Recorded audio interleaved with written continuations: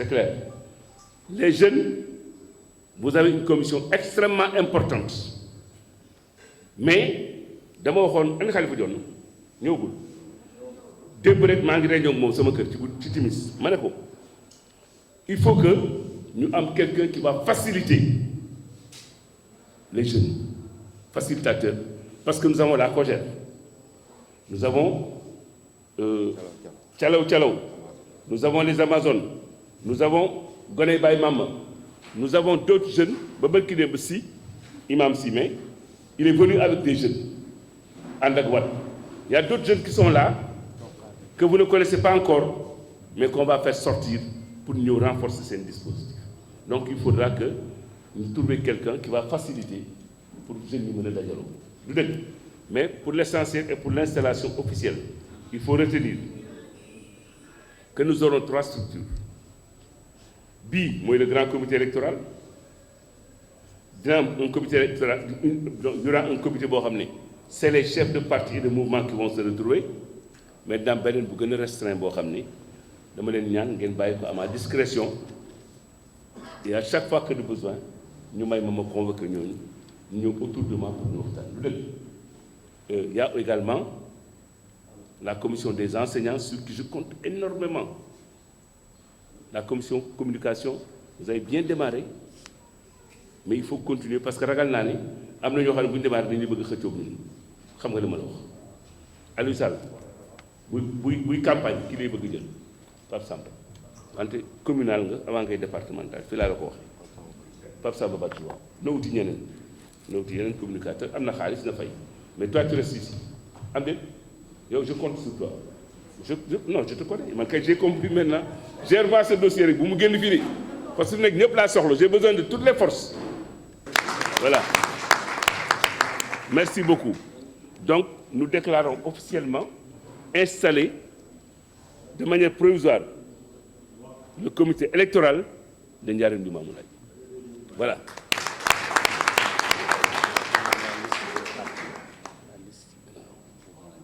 Légui. Le travail a déjà commencé, le travail continue. Je fais que nous allons faire une responsable de Bob Lendian.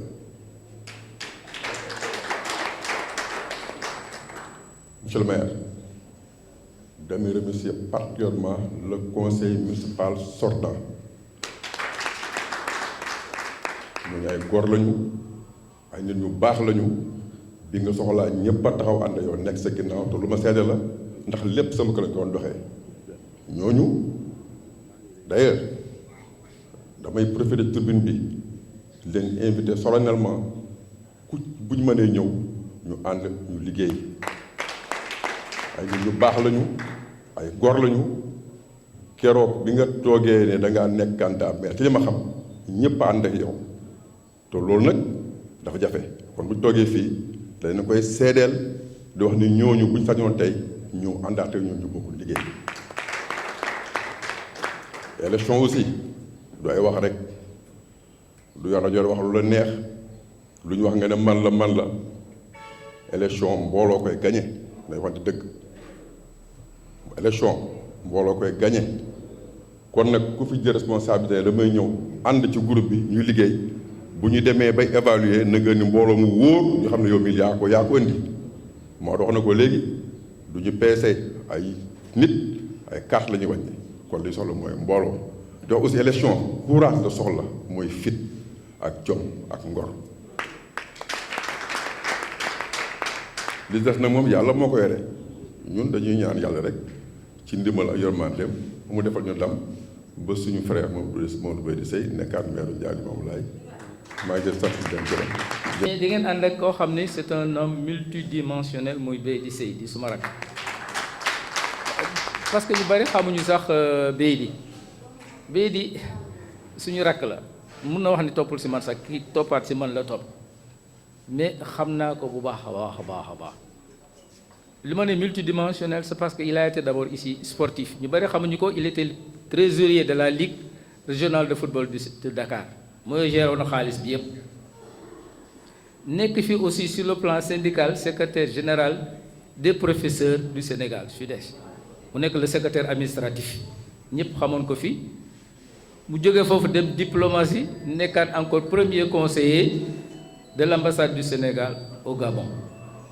loolu aussi diplomatie la mu dellu si waat nekkaat administrateur ñu nommé ko par décret présidentiel directeur de la prévention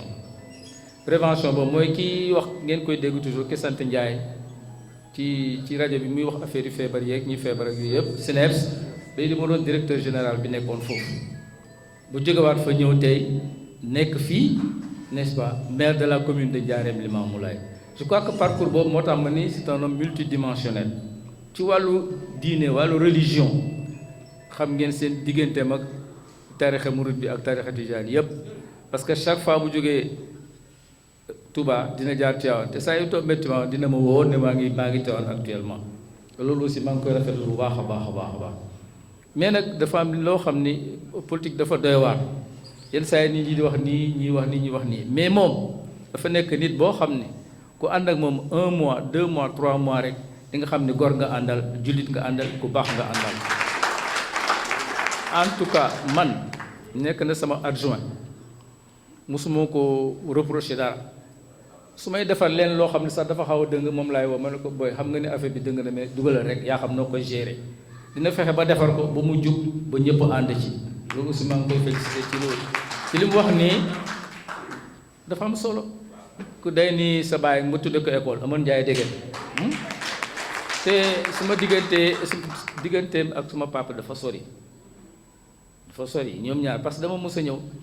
kër gi bay paa bi ni ma léegi bay di ñëw na fi ma ne ko waaw lu xew mu ne waxtaan nañ sax ñoo àndoon maa ngi door a ñëw ni ma ne ko waaw foo lañ demoon mu ne bay dafa ñëw seet seen man guddi gi yëpp da doon jooy ma ne ko waaw loolu lu muy jooy noonu lu ko dee mun ma kenn dewul mais paa bi dafa wer di néeg bi di tawte néeg bi di senn mu nekk ci taw bi ci néeg bi senn ba bëset mu ne loolu loo gis papaam guddi googu ni mu doon weddi ak taw bi rek xolom bi metti moo tax mu ñëw seet si ko ànd ak moom pour mu lijjanti foo xam ne mën na fa am ay ardoise bu ñu def ko ci kër gi pour que papaam dootul tawte je crois que ñoom ñaar ñoo ànd lijjanti loolu ci suba sama gis bay juróom ma yëg ci benn charrette ma ne waaw yow looy def ci charrette bi mu ne ma ardoise yi paa bi jëlee woon moom laa yor ko jox ko sama papa léegi moom amul woon salaire il était étudiant mais dafa ne day li mu d'accord rek góor gi Doudou Wade ki ko jaayoon mooy su ma fayee ko suma bourse ma jël genn wàll gi versé la ko genn wàll gi ma koy passé pour dem université di ñëw ak léegi loolu la defal baayam moo tax baayam da koy ñaanal boo xam ne day avancé rek du dellu ginnaaw c'est important beneen bi ci des mooy bi ma nga xamee ne dama bëgg a defar marché Mame Diarra dama ko wax ba mu ñëw ma ne ko mais bé yow toi tu es un grand mouride dama bëgg nga bind lettre boo xam ne da nga koy bind sëñ Moussa Bassirou Mbacké nga ne ko dañu bëgg a tabax fii marché tudde ko Mame Diarra dama bëgg nga def ci lettre boo xam ne yaa xam noo koy bind yéen a xam seeni affaire man ma dinaa ko def mais yaakaar naa ne lettre boobu c'est historique ba mu ko yónnee sëñ Moussa Bassirou même pas ca suba sa la sëñ Moussa Bassirou bindaat ma lettre gërëm ma sant ma te loolu moom moo ko bindoon ma ne ko waat léegi man taalaat sama oto demaat fekkaat ko ba Ross Béthio waxtaan ak moom ne ko dañ bëgg a defar marché bi mu ñaanal ñu def li ñu ci war a def yépp biñ ne suba la également la ñu war a defar marché bi ci guddi ga 9h sëñ Moussa Bassir woo ma ci guddi bi ne yónnee naa la 1 million de francs CFA ci kër gi parce que gis na dégg naa taalibe yeeg ñëpp ñu ngi ñëw kii ma dem ci lëy je crois lëy moo fa nekk ma ne ko nañ ko jënd nag ak ceeb ak yëpp pour dalal gan yi ngeen am mais ci suba sax biñ ñëwee suba bay di defe ni ma am na loo fàtte de monsieur le maire ma ne ko lu xewati encore mënu ma délibération bi ñëwul ma ne ko lijjanti ko moom keroog moo defar rappelé wu délibération bi ci xelam bind ko parce que mënuloo defar marché autorités yi ñëw sous préfet gouverneur ñëpp ñëw te waxuloo délibération bi c'est le minimum et je crois que jour boobu moo ko lijjanti ñëw devant les devant les radios et tout le monde mu lire le résolution bi devant le marabout et ça aussi c'est extrêmement important loolu kenn du ko yu mel noonu kenn du ko fàtte c'est la même chose bi ñu war a defal foyer des jeunes je l'ai appelé je dis mais Mansour yaa yor environnement bii di kay leen ñu waxtaan ak Ablaye Sall dañu war a def foyer des jeunes parce que l'AGET neen dañu war a tabax fii foyer te ñun amuñu xaalis amuñu dem mais ñoom ñoo koy financer pendant 2 ans ñu defar projet yépp mooy bind lettres yi mooy dem mooy defar yépp ba ñu dem PPG ba ñu génne financement bi yàlla rek def mooy ba ñu defee 1 semaine pour war a commencer pour ñu jox ñu xaalis pour ñu defar le foyer des jeunes bi ñu toog tey yàlla def kii ñëw nu mu tuddati ndax lañ ko wooyee ci li Ablaye Wade defoon naka la tuddee délégation voilà ñu daaneel ñu def délégation spéciale noonu moo tax réalisé mais nag sama xol seet na ci tey parce que moom ni mu ci sonne woon ak ñoom Mansour tey yàlla def na foyer baa ngi seen loxo donc c'est extrêmement important donc aussi maa ngi lay di gërëm ci loolu di leen wax ne nag ñun kii incha allah dinañ ko jàppale ak lépp lu ñu am suñu mbokk yeeg suñu xarit yeeg suñu lépp wax naa ko keroog mu ne ma grand yow da nga am ñaari kër da nga ñëw Njaaréem Limamoulaye je dis Beydi il faut faire attention tu as assez de cadres dans ton arrondissement ñi fa nekk rek sans même cadre yooyu ñëw tu les avais battus étant dans une autre liste contre le Benno Bokk Yaakaar tey ñooñu bu ñu la fekkee see da ngay doubler victoire bi topp t'as plus besoin de moi léegi bàyyi ma fay rek man j'ai 2 maisons maa ngi cité Sorès am naa fa kër cité ministère de la décentralisation am na j'ai 2 maisons donc je vais rester là où je suis à Wakhinane Nimzatt organiser waat ña fa nekk pour ñu jàppale mairie boobu pour ñu mun taxaw li ñu am nag Njaareem suñu ñaan ak suñu doole lépp luñ ci mën dinañ ñëw fii jàppale la ko ci biir Njaareem Limamoulaye parce que mérité nga ñu falaat la bu dee jigéen ñi defaral nga leen bu dee xale yi defar nga leen bu dee mag ñi defar nga leen bu dee religion yi defar nga leen honnêtement et je sais que Njaareem Limamoulaye n'a pas assez de moyens comme les autres mais yeneen bu amoon xaalis comme yeneen mairie d'arrondissement yi wala Golf Sud yi nga xam ne ay milliards la ñu am kenn dootu ko waxati mais nag je te félicite je t'encourage sa coordonnateur yi aussi ñoom Pape Samba je les vois je les salue maa ngi leen di gërëm ñoom ñëpp di leen sant vraiment daal maa ngi ñaan ñeen ñëpp ngeen taxaw moom incha allah kenn mënu ko téye kii comme ni ko xale yi di wooyee rek ah day jàll kenn mënu si la day jàll rek incha allah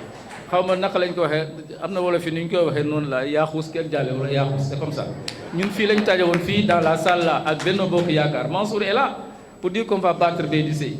mais le contraire s'est passé de il nous a battu ah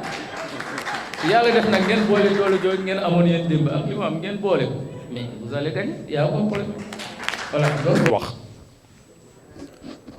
ñu juddu ci parti bu ñuy woowee PDS mu jur ñu yar ñu màgg ci mu formé ñu dem historiquement lu kenn mësul xalaat am muy ñu dugg alliance de la république ànd kook yow ñu xam taarixu politique gu Sénégal amul benn responsable PDS bu mës a génn PDS yëg ko nga ñëw alliance de la république jël section parti démocratique sénégalais transformé ko ay militants wu Macky Sall muy mairie boo xam ne dafa bleu jaune mairie boobu ñëw nekk mairie marron beige te yaakaar naa su loolu amul woon gor yooyu du ñu jóg ne rus nañoo taxaw ci sa kanam di présenté wu contre yow mooy da ngaa jël parti boo xam ne mairie boo xam ne PDS ko moomoon ñu transformé ko muy mairie bu Macky Sall moom nga may ñu remercier su ñooñu ñu dalal ndax suñu dalalul woon ba ñu mën a taxaw fii di wax loolu du sotti monsieur le maire ci sa tur ñu ngi gërëm coordination bu APR Benno Bokk Yaakaar bu Njaaréem Limamoulaye ci li nga xam ne yaatal nañ ñu ko ba tey ñu mën a taxaw fi ci seen kanam ñoom ñëpp mën laa porter ñu ne yaay seen candidat monsieur le maire man damay wax ak politique yi tey Macky Sall mu ngi juddu après indépendance nekk président de la République du Sénégal ñu dëppmal ñaari élection yoo xam ne suñ ci bàyyiwul xel ñooy yàq Sénégal suba ndax dañoo jëm élection locale mais dañoo jëm aussi élection législative may ñaan ñun ñi nga xam ne alliance de la République moo ñu tax a jóg moo ñu ñor ñu teer suñuy ambition pour l'intérêt du parti et l'intérêt du président de la République ñu mën ko jox majorité bu écrasante au soir des élections législatives te lu ñu ko mën a may mooy tey jii ñu taxaw nekk benn ci ginnaaw benn candidat bi lu tax ñun ay ndaw lañu ñuy wax ndaw kenn ëpp ñu ci notoriété kenn ëpp ñu ci connaissance kenn ëpp ñu ci légitimité pour nekk candidat ci mairie Ndiarème Limamoulaye je dis bien kenn laa wax ëpp ñu ko ci ñàkk ñoo gëm suñu bopp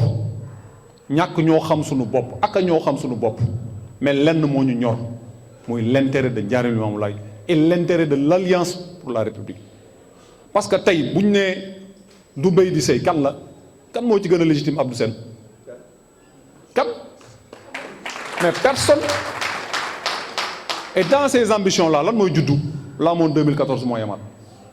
te loolu moom bis boo amee mooy njaareem pertat na élection législative yi ñu jëm te loolu duñ ko nangu parce que président Macky Sall jiwuñu loolu président Macky Sall may defaluñu loolu kon maire on tait tous nos ambitions pour l'intérêt du parti de l'APR et pour l'intérêt du président Macky Sall maa ngi sant ñoom di gërëm ñoom wasalaam